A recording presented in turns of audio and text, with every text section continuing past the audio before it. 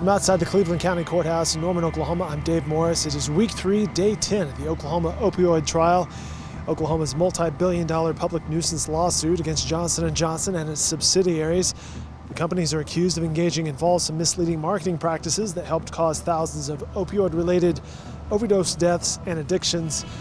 Monday morning's testimony continued with Dr. Aaron Gilson. He's a health policy research scientist. We heard video testimony of him, and then Renzi Stone took the stand. I'm not a doctor, I'm not a lawyer, I'm not an expert in FDA labels, and I'm not an epidemiologist. I think I said that right. But I have experience. I'm an expert in marketing and communication. I have developed an opinion on these documents.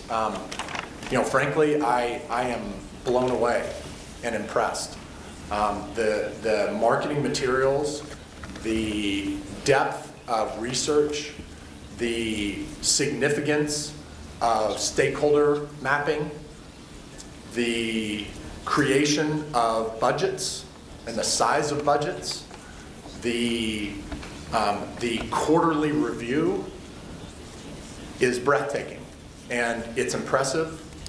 And I've reviewed it, and I wish my company could have had some of the work for that size of budget. Reggie Witten, an attorney for the state of Oklahoma, questioned Renzi about the various marketing plans used by Johnson & Johnson and Janssen Pharmaceuticals. Were you able to tell, as an expert in this field, what their goal was? Well, the goal in every document that I reviewed was market growth, market share. And what were they selling? More total prescriptions. Okay. Nucynta and Duragesic. All right. And even plans that aren't specifically Oklahoma-fied, like this one. Have you ever seen a national marketing plan that skips over a state in the heartland like Oklahoma? You know, a lot of times you'll, for national clients I've worked on, the local plans end up looking pretty unsophisticated, and so that's what's kind of interesting. I kind of alluded to earlier. It was actually a very specific plan for Oklahoma. I would say that's not usual. I'm asking you solely as a marketing expert, trying to evaluate if they accomplished their goal of selling more opioids. Did Johnson & Johnson succeed in that goal based on the years you've reviewed their marketing Tremendously.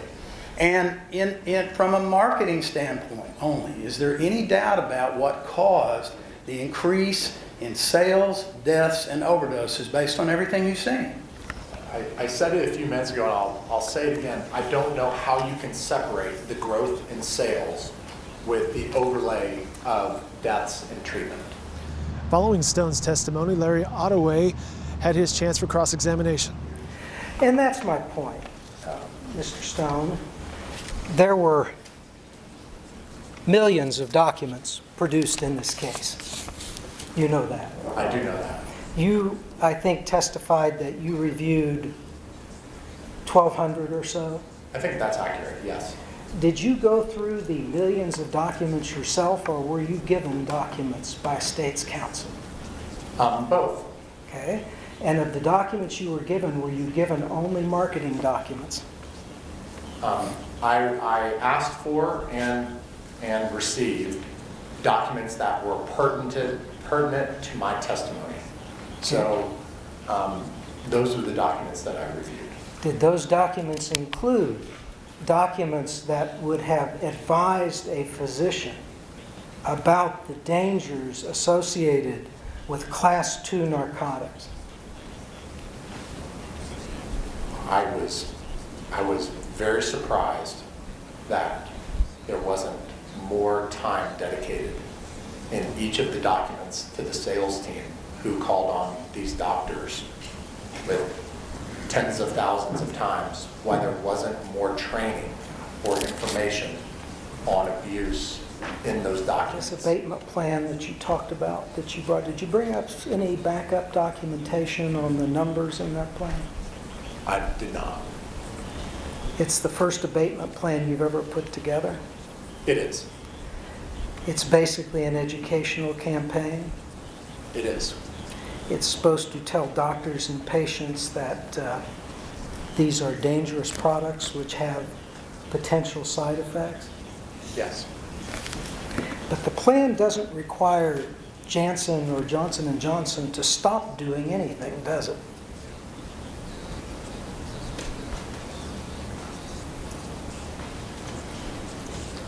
No. Is it your testimony here today that having just seen what is in the public domain, you are aware that Class II opioids are dangerous products which need to be carefully prescribed, that there are doctors in this state who know less about that than you?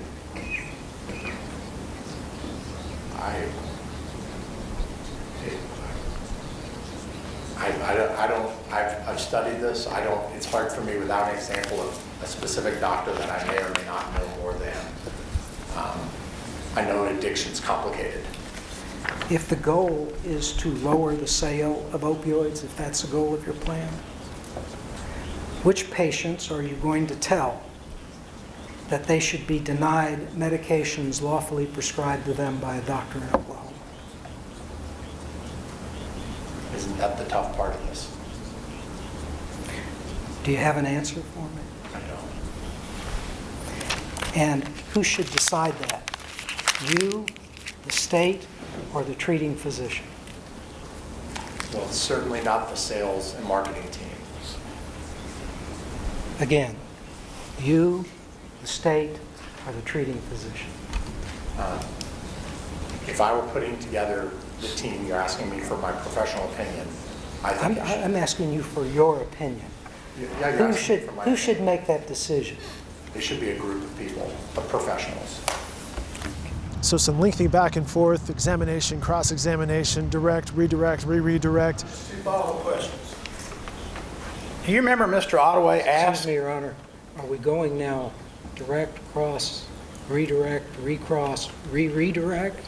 I'm going to allow it today. All right, thank you, Your Honor. Do you remember Mr. Ottaway just asked you if you knew whether Janssen currently markets an opioid, and he represented they did not? Yes. Your Honor, may we pull up their website, because they do. Yes, you may. Pull it up, Mike. One more question, Your Honor, since we're just going to go round and round. Can you handle one more, Mr. Stone? Sure. You remember my question is Janssen currently marketing a Class II narcotic? How long has it been since Janssen marketed, detailed, promoted Duragesic? How long? Yes. Has it been since? Yes. I'm not sure. If I told you it was a decade, would that surprise you? I guess somebody fired the website guy. And with that, Mr. Stone, we'll excuse you. Renzi Stone is off the stand. On Tuesday morning, day 11 of the Oklahoma opioid trial, Dr. Andrew Kolodny is expected to testify, perhaps for a day or two.